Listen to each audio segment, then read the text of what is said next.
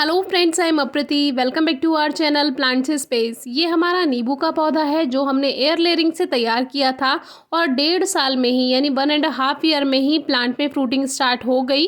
पहला साल में हमें इस पे ये 5 फल मिले हैं, जो कि 3 एक साथ लगे हुए हैं नींबू इस पर और 2 बीच में अलग अलग जगह लगे हुए हैं।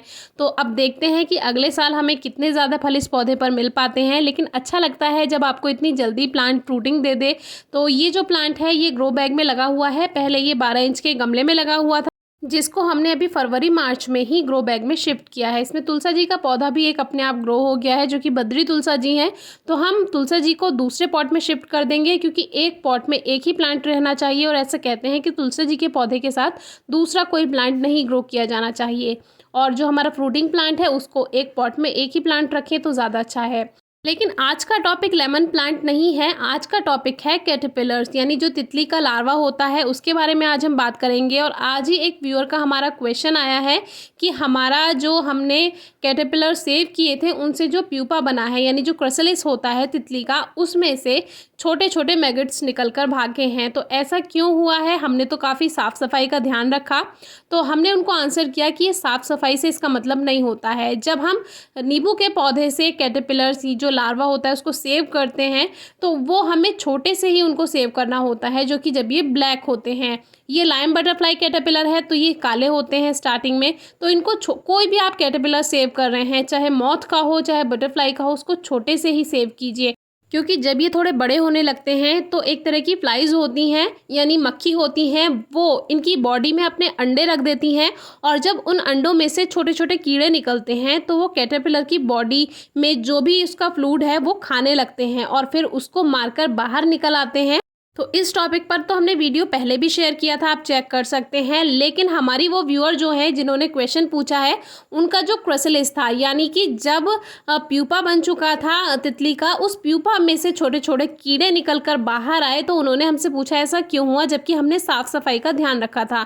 तो ये साफ़ सफाई से मतलब नहीं होता है। फिर हमने उनसे ये भी पूछा कि क्या आपने बड़े कीड़े को पौधे से उठाया था? तो उन्होंने कहा हाँ, वो ग्रीन कलर का था, तब हमने उसको पौधे से उठाया था, लेमन प्लांट से उठाया था और उसको सेव किया था।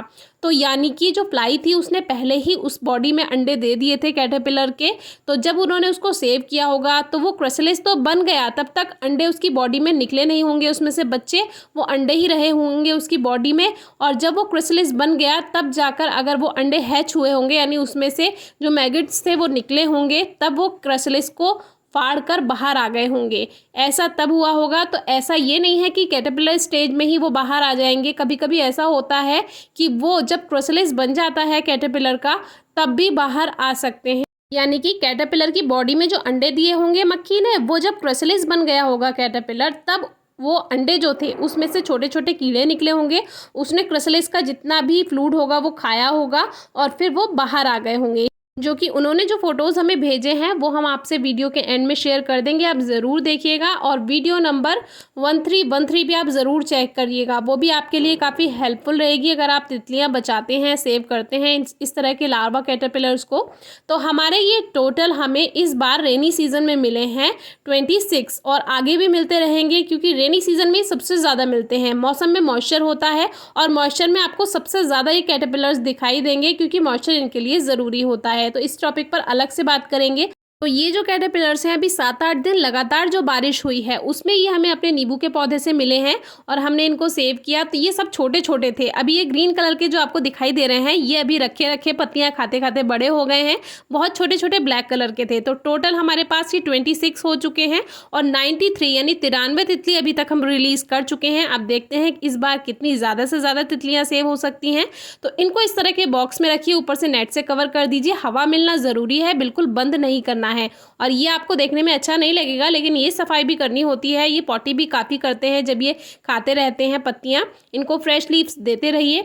अब ये वो क्राइसलिस है जो हमारी व्यूअर ने शेयर किया था, जिसमें से ये येलो कलर के आपको मैगट्स दिखाई दे रहे होंगे, यही निकले थे क्राइसलिस में से और उनका क्राइसलिस पूरा बेकार हो गया। काफ़ी मेहनत की थी उन्होंने तितलियों को बचाने के लिए, लेकिन उसमें कुछ नहीं किया जा सकता। इसीलिए कहते हैं स्टार्टिंग से ही आप उनको बचाएं। जब वो छोटे स्टेज में हो तो आप उनको बचाएं, तो इस तरह का अटैक नहीं होता है। नहीं तो जो फ्लाइज होती हैं वो अंडे दे देंगी, तो फिर जो कैटरपिलर है उसकी लाइफ भी प्रॉब्लम में आ जाएगी। अगर आपकी कोई क्वेरी है इस बारे में तो ज़रूर पूछिएगा। Thank you.